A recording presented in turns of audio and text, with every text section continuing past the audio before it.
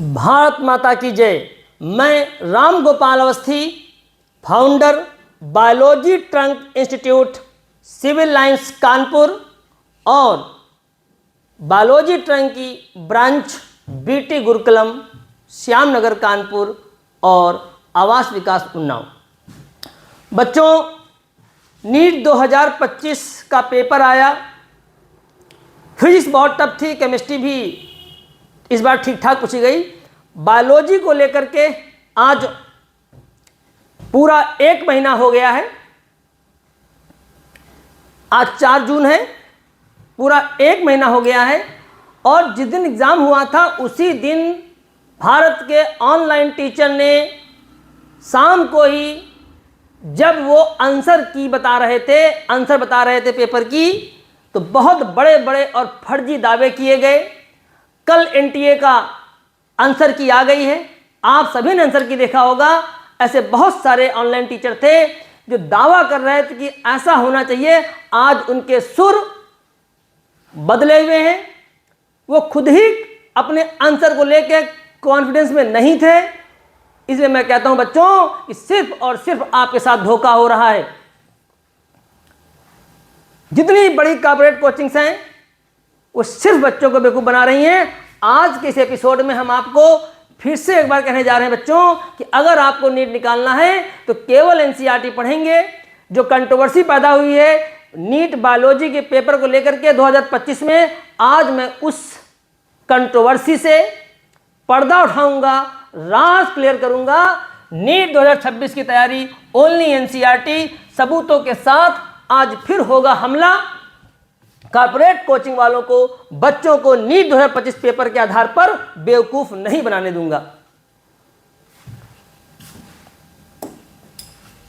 NEET 2025 कुछ question NCERT से बाहर आए तो ऑनलाइन टीचर बच्चों को फिर करने लगे मिसगाइड। हमारे यहां 1-2 बच्चे आए, वो बोले सर 2 क्वेश्चन एनसीईआरटी के बाहर के आए थे। मैंने जब इंक्वायरी करने आया तो मैंने उनसे कहा कि बेटा एनसीईआरटी ही पढ़ो। तो बच्चे लगातार यूट्यूब पे वीडियो देख देख करके, इसीलिए मैं कह रहा हूं कि जितना ज़्यादा आप सोशल मीडिया के साथ रहोगे उतना ज़्यादा आप कंफ्यूज रहोगे, उतना ज़्यादा मिसगाइड होगे। और खाली एजुकेशन में नहीं, हर फील्ड में। सच्चाई को परखने का तरीका, आपका जो सोशल मीडिया के थ्रू इंफॉर्मेशन प्राप्त करने का तरीका है, ये बेहद गलत और आगे चल करके बहुत ज़्यादा कष्टदायक भी होगा। तो मैंने कहा, सबसे पहले मैंने इस बच्चे से कहा कि ठीक है, अगर 90 क्वेश्चन में 2 क्वेश्चन बाहर से आ गए तो कितने बचे? 88। तो तुम पहले 88 क्वेश्चन के बारे में देखोगी बेटा, कि तुम देखोगी 90 के बारे में। पहले तुम्हारे 88 तो हो जाए, क्या ठीक है। इस बार ऐसे मैं आज के एपिसोड में मैं ऐसे 2 क्वेश्चन पर चर्चा करूंगा जिन्हें लोगों ने कहा कि बाहर से आए हैं, जबकि वो भी एनसीईआरटी से थे। यहां बच्चे बहुत सालों से पढ़ रहे हैं, चाहे वो 2016 से लेकर के 25 तक हो। हमने हमेशा बच्चों को इंट्रोडक्शन पढ़ाया, ओवरव्यू पढ़ाया, समरी पढ़ाया और तो और एक्सरसाइज के क्वेश्चन भी बताए। तो आज हम खुलासा करेंगे उस सवाल को लेकर के। एनटीए अपने दावे पर मजबूत है, एनसीईआरटी के बाहर कुछ भी नहीं, एनसीईआरटी के बाहर कुछ भी नहीं। मैं फिर कह रहा हूं, एनसीईआरटी ही पढ़ेंगे आप लोग। और एनसीईआरटी की लाइन को अच्छे नहीं पढ़ा पाते हैं। आज जब एनटीए की आंसर की आ गई, अगर यूट्यूब पर टर्म्स एंड कंडीशंस ना होती तो मैं उन टीचर्स के वीडियो आज यहां प्ले करता जो 4 मई की शाम को लंबे दावे कर रहे थे कि इस क्वेश्चन में ऐसा ही होगा, ऐसा ही होगा। आज बदल गए, पलट गए। तो फिर भी मैं आपको क्लास में, यूट्यूब पर तो नहीं, लेकिन मैं आपको क्लास में इसी डिजिटल बोर्ड पर उन टीचर्स का वीडियो प्ले करके दिखाऊंगा कि जो क्या बोल रहे थे और कल जब आंसर की आ गई तो कैसे बदल गए। किसी को एनसीईआरटी पे उंगली उठाने का अधिकार ही नहीं है। एनसीईआरटी कौन कितना पढ़ रहा है, सालों लग जाते हैं एनसीईआरटी की लैंग्वेज डिकोड करने में। तो कुछ क्वेश्चन एनसीईआरटी से बाहर आए हैं ये मेरे पास एक पेपर है नीट का, 46 इसका बुकलेट कोड है। Question number 102, twins are born to a family that lives next door to you, the twins are a boy and a girl, which of the following must be true. आपके पड़ोस में रहने वाले परिवार में twins का जन्म हुआ है, उस ट्विंस में एक लड़का है और एक लड़की है, निम्नलिखित में से कौन सा कथन सत्य होना चाहिए। They are fraternal twins, they are conceived through in vitro fertilization, they are 75% identical genetic content, they are monozygotic twins. सबसे पहले मैं बता दूं कि सबसे पहले मैं आपको बता दूं कि क्वेश्चन नंबर 102 जिसका आंसर है बच्चों फ्रेटर्नल ट्विंस,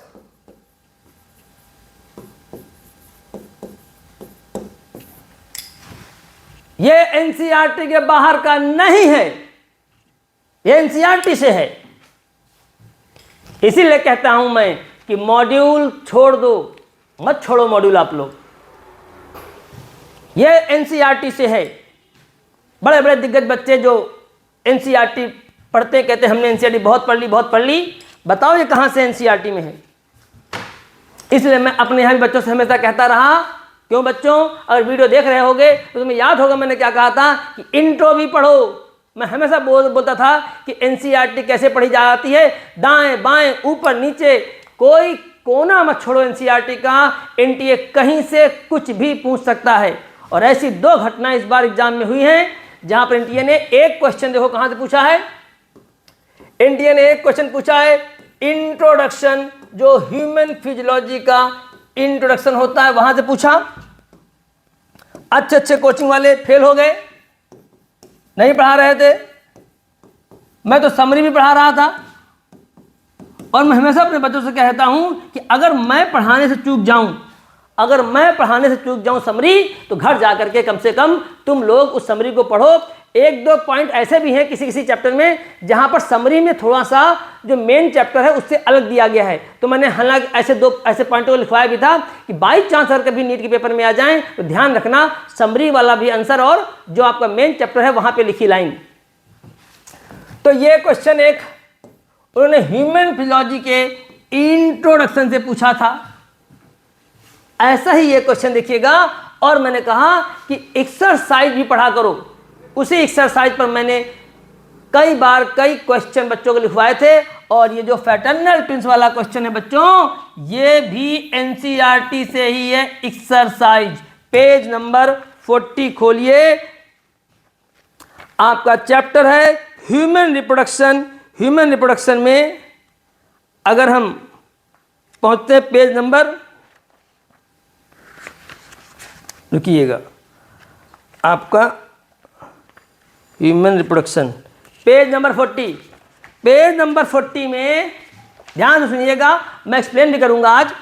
पेज नंबर 40 में क्वेश्चन नंबर 20 है, how many eggs are released by a human ovary in a month, how many eggs do you think would have been released if the mother give birth to identical twins, would your answer change, would your answer change if the twins born were fraternal. आया कि नहीं आया? कर सकते हैं आप दावा कि एनसीईआरटी के बाहर का है। अगर एनटीए अपने पे आ जाए तो वो कहेगा नहीं भैया ये तो मैंने अपनी एनसीईआरटी में लिखा है, ये तो एनसीईआरटी में लिखा है पेज नंबर 40 पर, और क्वेश्चन नंबर 20 फ्रेटर्नल ट्विंस। अब होता क्या है, इसी क्वेश्चन में उन्होंने दोनों शब्दों का इस्तेमाल किया है, आइडेंटिकल ट्विंस। मेरे कहने का मतलब ये नहीं है कि आप अलग से पढ़ाए होंगे, ये ठीक है, अच्छी बात है, पढ़ाइए, लेकिन आप ये नहीं कह सकते हैं कि ये हमारे मॉड्यूल से आया। अब मान लो किसी कोचिंग वाले ने ये एक्स्ट्रा पढ़ाया, अब पेपर में आ गया तो वो शुरू हो गए बच्चों को मिसगाइड करने लगे कि देखा मैंने कहा था ना कि एनसीईआरटी के बाहर का भी पढ़ा करो, अब देखो मेरे मॉड्यूल से आ गया। अब बेचारे बच्चे को तो नहीं पता, बच्चे ने इस एक क्वेश्चन के दम पर ये मान लिया कि नहीं भैया हमें सर का या कोचिंग का मॉड्यूल पढ़ना है, क्योंकि अब की बार सर के मॉड्यूल से क्वेश्चन आ गया, और उसके चक्कर में आप 26 में फिर धोखा खा जाएंगे। तो ऐसे उन टीचरों को मैं जवाब दे रहा हूं जो ये दावा कर रहे थे कि देखो ट्विंस वाला क्वेश्चन एनसीईआरटी में नहीं दिया गया है, हमारे मॉड्यूल में दिया गया है, ये हम पढ़ाते हैं, तो बताओ अब हम लोग सही हैं, एनसीईआरटी पढ़ाने वाले गलत हैं। नहीं भैया, ये भी एनसीईआरटी से है, ये सब लिखा है एनसीईआरटी में। अब होता क्या है, आइडेंटिकल ट्विंस में क्या होता है कि जैसे ही जाइगोट बना और जाइगोट का पहला क्लीवेज हो और एक ही जाइगोट 2 टुकड़ों में बट जाए और हर एक टुकड़े से एक एम्ब्रियो बन जाए और उस एक एम्ब्रियो से नया बच्चा बन जाए। तो यहाँ पर जाइगोट अगर XX होगा तो लड़की होगा, XY होगा तो लड़की होगा, तो एक ही जाइगोट के 2 टुकड़े हो गए और 2 टुकड़े से अलग अलग बच्चा बन गया। तो यहाँ पर अगर लड़की होगी तो दोनों लड़कियाँ ही होंगी, दोनों बॉय होंगे तो दोनों बॉय ही होंगे। इनको बोलते हैं आइडेंटिकल ट्विंस, इनमें सब कुछ सिमिलर होगा। फ्रेटर्नल ट्विंस जिसका क्वेश्चन था इस बार, फ्रेटर्नल ट्विंस में क्या होता है कि एक ही मेंस्ट्रुअल साइकिल के दौरान ओवरी से 2 एग रिलीज हो जाएं और फिर 2 स्पर्म मिल जाएं और 2 अलग अलग जाइगोट बन जाएं। तो जब 2 अलग अलग जाइगोट बन जाएंगे तो 2 अलग अलग बच्चे बन सकते हैं ऐसी फीमेल में। अब यहां पर सेक्स क्या होगा बच्चे का, तो देखो दोनों मेल हो सकते हैं। अब मान लो अंडे से दोनों एक्स वाले स्पर्म मिल जाएं तो दोनों गर्ल हो सकती हैं। अब दोनों अंडों से वाई वाले स्पर्म मिल जाएं तो दोनों बॉय हो सकते हैं। अब ऐसा भी हो सकता है कि एक अंडे से एक्स वाला स्पर्म मिला और दूसरे अंडे से वाई वाला मिला, तो एक लड़का भी हो सकता है और एक लड़की भी हो सकती है। तो ये वैसे ही होंगे जैसे हमारे सगे भाई बहन होते हैं, सिबलिंग्स, जो कि 50% समान होते हैं हम लोग। तो भैया इस क्वेश्चन में सिर्फ सवाल इतना था कि twins are born to a family that lives next door to you. आपके पड़ोस में रहने वाले परिवार में एक ट्विंस का जन्म हुआ है, जन्म लेने वाले में एक लड़का है और एक लड़की है। तो बताओ ये क्या होगा।